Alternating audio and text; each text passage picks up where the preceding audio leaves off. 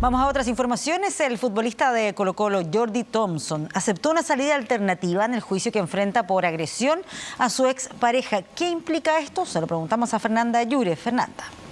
Hola Pati, muy buenas tardes. Claro, 2 millones de pesos y la prohibición de acercarse a sus víctimas son algunas de las condiciones establecidas para este futbolista del Cacique. Hablamos de Jordi Thompson, que había sido denunciado por su expareja y también por una amiga de su expareja por distintos hechos de violencia que habían sido cometidos durante este año. Él fue denunciado en reiteradas ocasiones y finalmente fue interpuesta una última denuncia ante el cuarto juzgado de garantía de Santiago y finalmente la Fiscalía Metropolitana Oriente lo formalizó durante esta jornada por el delito de lesiones menos graves en contexto de violencia intrafamiliar y también por el delito de lesiones leves. Finalmente, ¿qué fue lo que propone el Ministerio Público a justamente el imputado? Hablamos de Jordi Thompson, una salida alternativa. Hay dos tipos de salidas alternativas y justamente lo que se propuso acá es la suspensión condicional. ¿Qué quiere decir ello?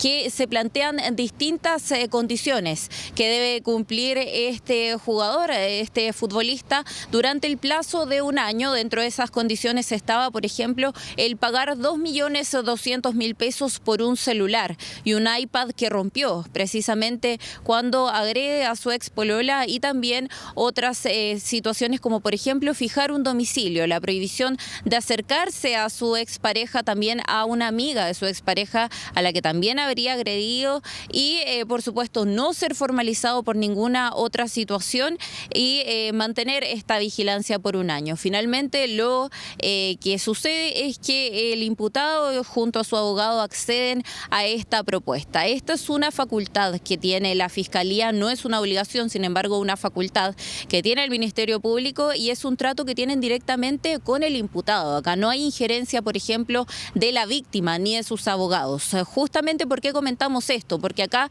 en esta audiencia de formalización hay dos víctimas. El abogado de una de ellas acepta esta propuesta pese a que ellos no tienen injerencia, solamente tienen el derecho a ser oídos, pero el abogado de la otra víctima, precisamente de la expareja de Jordi Thompson, está bastante molesto y plantea que no aceptan y que se oponen a esta salida alternativa que finalmente es decretada aquí en el cuarto juzgado de garantía. Eso quiere decir entonces que el futbolista del Cacique tiene que tener una conducta intachable durante un año, que tiene que fijar su domicilio y fijar también algún cambio de domicilio, se tiene que mantener lejos de las dos víctimas, tiene que pagar estos 2.200.000 pesos y algo importante que no habíamos mencionado, tiene que someterse a una evaluación y a un tratamiento psicológico para el control de impulsos. Son esas las medidas que finalmente acepta el futbolista de Colo-Colo para entonces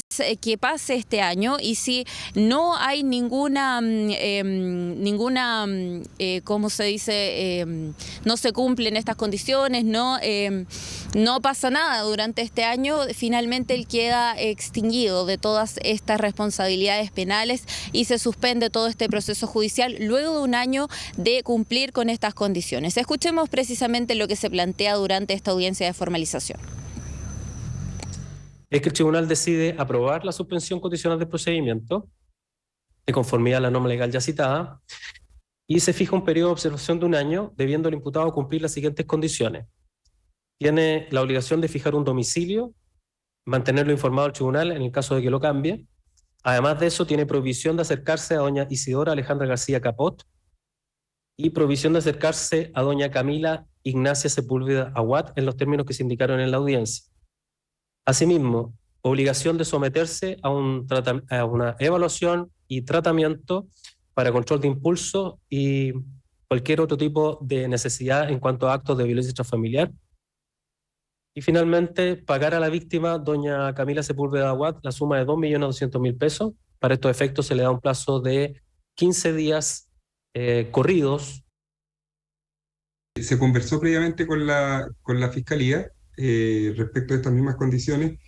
No habría problema, salvo, su señoría, que se pudiera precisar la forma en que se va a cumplir, porque entiendo que la fiscal indicó que hasta que se dé el alta, el tratamiento de control de impulso, que efectivamente mi representado ya lo está ya está en tratamiento, y cómo se va a concretar la entrega o el pago del iPhone y del iPad.